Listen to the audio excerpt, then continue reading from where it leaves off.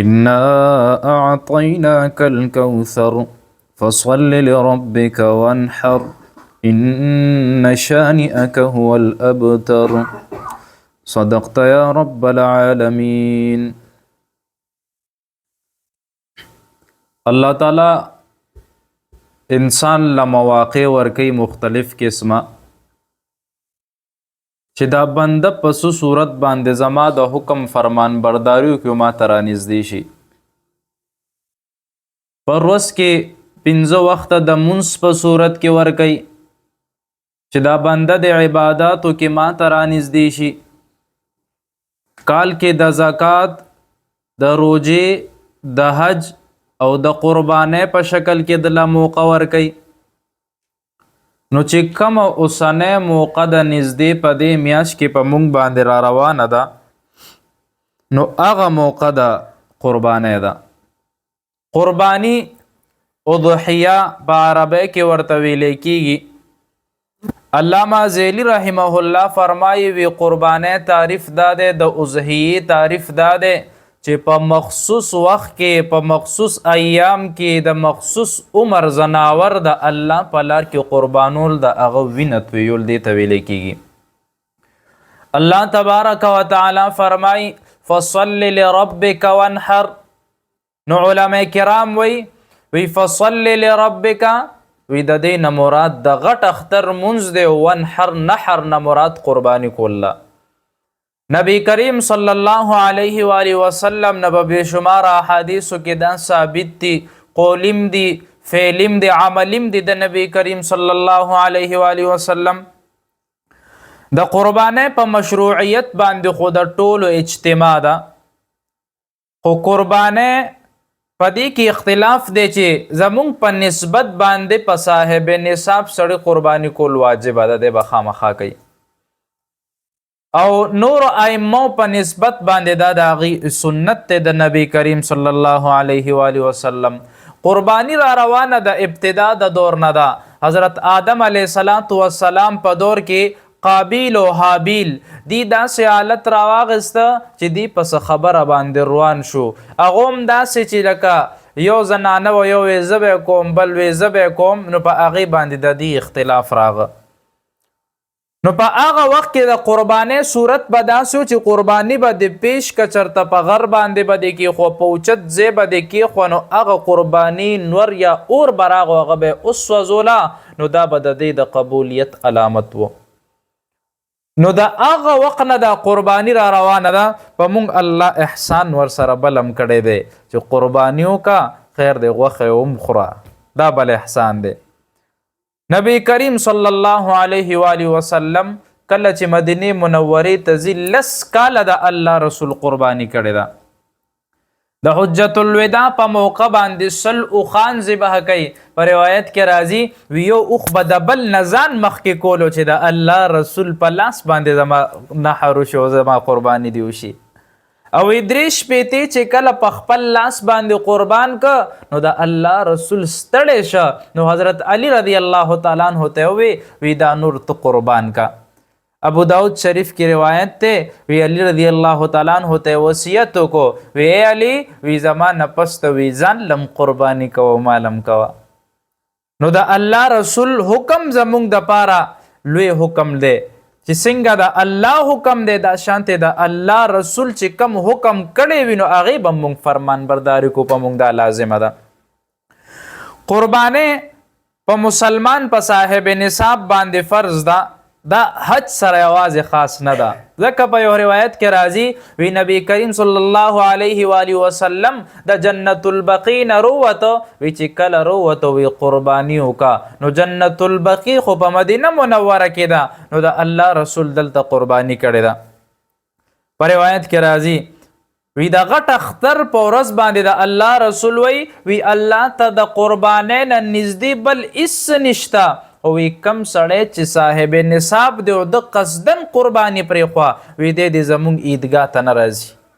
نو مطلب ځان نه لرې کړی دی دا کس چې دی د الله تعالی د سره نالګي شوه په دې خبره باندې چې د الله حکم او د الله د رسول حکم دی ونه منلو. حضرت ابراهیم علیه السلام د زمانه نه دا مشروعیت په مونږ باندې لازم شوه دی، سنت ته داغي سنت داسې دی. الله دې تاسو بوتلی کی په مینا کې اوسم داسې بره یو غونډی شانتې ده، نو هغه غونډی علامت دا دی چې دلته حضرت ابراهیم علیه السلام حضرت اسماعیل علیه السلام راوستی. الله حکم وکړو، وی الله ورته وی خپل دا بچی دی قربان کا. نو داسې یو عجیبه حکم فرمان برداری چې خپل بچی د الله په لار کې قرباني او الته علالولو لبوزي، وی چې زما بچی دی د الله په لار کې قربان شي. خو الله ګوره په موږ دومره لوی امتحان نه دی راوستی، سبم کول د الله حکم ومنلبم چې راته وی خپل بچی ذبح کوه. بچی څومره خوږي، بچی معمولی مرض پې ولګي بیمار شي، نو سړی څه سادهګانې هغې دپاره کې چې بچي نه مې مرض لرې شي. بچی چې کله په جړا شي نو والدین خاص کر مور د بچي دپاره څه نه کوي. خو که چېرته الله حکم د بچي د قربانولو کړی نو موږ باندې دام لازم، موږ به خپل بچی الله ته قربانولو. خو الله په موږ باندې قسمه قسمه انعامات کو د هغه نعمت په بدل کې موږ له بله قرباني راکوي، علالم کوي وی خیر دی وی غوښه یې مخوری. حضرت علی رضی الله تعالی عنہ فرمای درۃ الناصحین کی لیکلی دی، وی کم سړی چې د قربانه زناور اغستو د پاره لاړه نو وی دل په هر یو قدم الله لس نیکې ورکوي، لس ګناهونه معاف کیږي، لس درجات بلندیږي. وی دې چې کله بیوپاری سره خبرې کوي زناور علی، وی دا هر څه دا خبرې وی د په تسبیحاتو کې لیکلی کیږي. وی چې 1 روپۍ ورکوي 1 درهم ورکوي، وی دا په 100 درهمو باندې قبلیږي. وی کله چې دې زناور واخلي به قرباني کوي، چې کله ذبح کوي وی په دې وخت کې د اسمان د ځمکې نور مخلوقات وی دې سړي د پاره دعاګانې کوي. او وی کله چې دا وینه توی شي وی یو ساس کې نه الله لس فرشتې جوړې کی، او وی هغه لس فرشتې وی د دې سړي د پاره د بخښنې دعاګانې غواړي. ګورې څومره لوی اجر الله په دې کې خیری. ذبح هم کو غوښه هم بل چاله نه ورکو، په خپله استعمالو. که پیسو باندې غوښه واغسته نو د هغې ګورې دا اجر نه دی. بعضې خلک بېوقوفه اعتراض کوي، وی دومره ډېر زناور خلک قرباني وي د دې په نسبت د غریبانانو مرستې وکړي. د الله حکم خپل یو مثال به درکم. یو غلام دی، هغه غلام ته خپل آقا وی روټۍ پخه که. دا غلام فرمان بردار دی، د کور ته لاړو وی آقا وی لوښي مې ووینځل، وی کوټه مې د لپاکه که، وی کور مې د لپاک که، وی بستره مې د تسمه که، جامې مې د لپاکې کې. نو دا غلام به د آقا فرمان برداري که نافرمانه وی؟ به ورته وی ما ته د روټۍ ضرورت دی بېوقوفه، ته د روټۍ په وخت کې دا کارونه ولې کې؟ اول به د روټۍ کار کړی. نو صدقاتو د پاره پوره کال شته دی ورکوه. زکات د پاره کال شرط دی چې کال مخکې ورکې رستو دواړې ورکولی شي. نو په هغه وخت کې خلکو ته دا نه یادېږي، خو دا د اغیارو د زموږ مسلمانانو د ذهنونو کې دا خبرې واچولې وي چې زناور ذبح کې نو دا کمیږي. الله په دې کې ګورې برکت ایښی دی چې څومره د قربانۍ زناور ته ذبح کې تر اوس هغې پورې زیاتېږي. او که په ذبح کولو باندې دا نه کمېدی نو بیا به هندوستان والا ته ګورې نه، هغې خو نه ذبح کي، په کار یې هغه ټول هلته غواګانې ته چې ګرځېدی. خو دا د الله طرف نه یو حکمت دی په دې کې، دا د خلکو بیجا اعتراضات دي چې کوم عبادت الله څنګه مقرر کړی دی او ما هغه شانتې به کې. په دې کې الله ستا ایمان ګوري. الله وی چې زما دا بنده تر کومه حده پورې تلی شي او کم وخته پورې زما فرمان برداري کولی شي، نو هغه فرمان برداري ستا دلته کتلی کېږي. د قربانۍ دپاره مختلف قسمه شرایط هم دي. یو فقیر سړی چې کله قرباني وکړي نو د هغه هم الله پرې ډېر اجر ورکوي. اسحاق بن احمد بن اسحاق رحمه الله فرمایي وي زما یو ورور وي هغه ډېر زیات غریب او هر کال به قرباني کوله، وي هغه وفات شه. وی ارمان مې دا ورور مې مړ دی چې وی ګورم څه حالت کې دی. وی 2 رکعاته نفل مې وکړو، وجود مې پاک که، په اودس کې سملاستم، الله نه مې سوال که.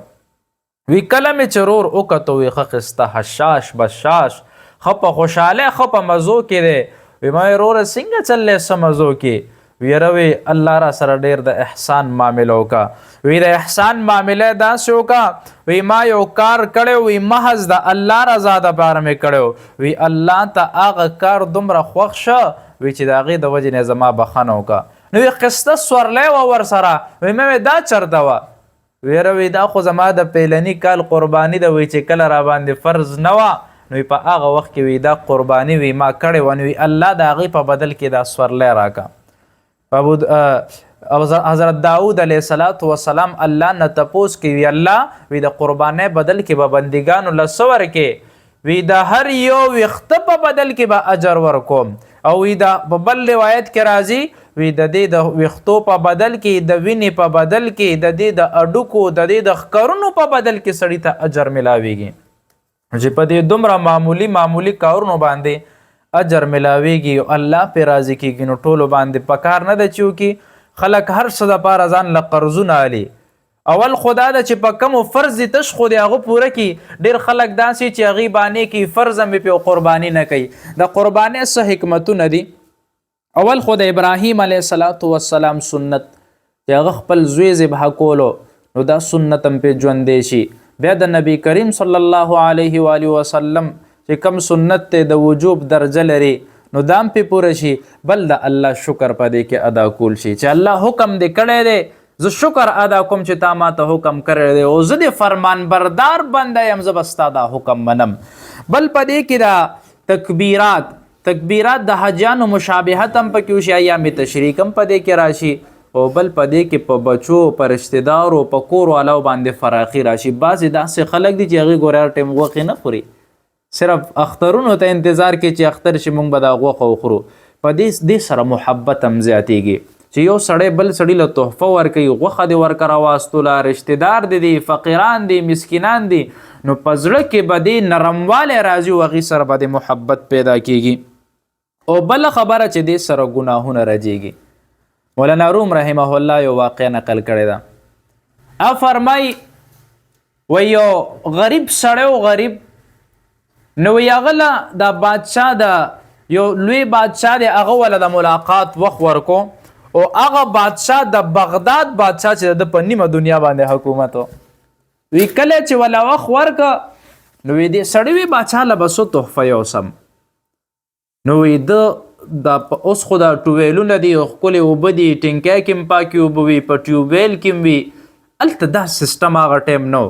د ولو اوبه به وي په ولو کې به راتلې نهرونو کې خلکو به هغه اوبه محفوظ کولې نو هغې نه به سر اوبه راغستې څکلو دپاره چې ګن به یې لاندې کېناستو نو د چرته پاکې ښکلې اوبه وکتې په منګي کې واچولې او سر یې وله وتړلو د څو ورځو سفر یې وکړو نو د وی بادشاه له داسې اوبه وړم چې بادشاه به په ژوند کې داسې پاکې خوږې اوبه چرته نه یې کتلې.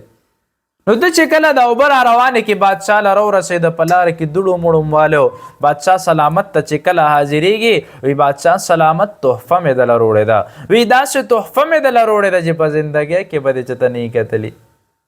نو بادشاه سلامت وی چې څه شی دی چې څنګه د منګي نه سر کلو کړی دی په محل کې سخا بوی شوی دی چې په اوبو سر بند نو دا خو سخا شي بوی وکړي. بادشاه سلامت وی واقعي وی ډېر ښکلې تحفه دې روړې ده خپل وزیر ته وی وی دا منګې دله د اشرفونه ډک که او وی دې د دجلې په لاره باندې بوځه. نو چې کله هغه اشرفین وله منګې ډک کو نو د دجلې په لاره یې بوتلو چې هغو کتو هو دا دومره ډېرې اوبه ورته وی اوس که چې څکلي دي یخې هم دي خوږې دي وي ما خو په ژوند کې داسې خوږې اوبه نه دي کتلې. نو هغه کس په ژړا شو وی ښه وي بادشاه زما د زړه ساتلو دپاره ما سره داسې وکړه الان کې زه خو د انعام نه د وهلو قابلم. نو مولانا روم رحمه الله فرمایي هغه وی پخوا د بادشاهانو کار دا و چې دی له به چا تحفه یوړه هغې ته به ضرورت نه و د تحفې دی به پې تش لاس کې خو د قبولیت د وجې د هغې بدل کې به هغه سړي له څه ورکه. نو وی زمونږ د دې قربانیانو زمونږ د دې عباداتو زمونږ د زناور ذبحه کولو الله ته ضرورت نشته حالانکې د دې نه مخکې انبیا تیر شوي دي هغې څنګه عبادتونه کړي د ګناه نه پاک صحابو داسې اعمال کړي دي چې زمونږ د ټولې دنیا اعمال لا جمع کې صحابه کرامو عمل ته نه رسي. فرشتي شپه ورځ د الله تسبیحات کوي، عبادات کوي، ریاضات کوي، الله عبادت هر ټیم الله الله کوي. نو الله ته زمونږ د دې شیزونو د دې وینې د دې غوښې د هیڅ ضرورت نشته. فایده ماته ده چې الله حکم کړی دی، زه څومره منم الله پرانه څومره راضي کیږي. نو دې وجې نه چې کومه قرباني په انسان باندې لازمه شوې د لزوم راغلی دی، نو لزوم سره پتا باندې وجوبیت ته دا به ته خامخا کې. د قربانۍ یو څو مسایل دي. اهل سنت والجماعت خدا عقیده ده چې قرباني کول دا په هر یو چې کم صاحب نصاب په د باندې فرض ده. کم سړی بغیر د عذر نه قرباني چې عذر ورته وي که هغې د وجې نه پاتې شو، نو بعد کې خیر دی زناور قیمت صدقه کا، یا که زناور دی اغستی وي او هغه زناور دی بیا حلال نه کړو، نو هغه زناور به بیا صدقه کې چې دا 3 ورځې په تا باندې تیرې شي. نو که بغیر عذر نه د قرباني پرېښوه، نو لا یقربنا مصلانا، وي زمونږ مصلا ته دی نه راځي، مونږ ته عیدګاه اختر کې دی مونږ سره نه شاملېږي. او کم سړی چې قرباني ونه کا په د الله حکم یې ونه منلو، د قربانۍ عمره صدقه به په د لازمیږي چې 3 ورځې ته قربانۍ پې واوړی دی، نو بیا به دا پیسې صدقه کوي. زناور چې کم یو سړي وانغسته بغیر د عذر، نو آبم دا صدقه ورکوي. په کم سړي باندې قرباني واجب او هغه ونه که وفات شوی دی، نو دی وصیت وکړي. که وصیت یې ونه که، نو ورثوله پکار ده چې د مال نه دی ورکړي. که ورثه د مال نه ورم نه کا، نو بیا هم د دې فرضیت د ده نه دی تللی، الله به د ده نه تپوس کوي. بیا په کمو کسانو باندې چې پخوانۍ قرباني پاتې وي، نو هغه کسانو له پکار دا ده چې د پخوانۍ د قربانۍ صدقې دی ورکوي. ډېر خلک داسې دي چې د سره قربانۍ نه دي کړي، په ذهن کې عجیبه عجیبه اشکالات پراته دي. 3 ورځو پورې قرباني کولی شي، د 3 ورځو نه پس ته بیا قرباني ته نشي کولی، د هغې هغه حکم ختم شي. د ورځې هم قرباني کولی شي، د شپې هم قرباني کولی شي. نور چې کوم د قربانۍ مسایل دی بیا مخکې راشي.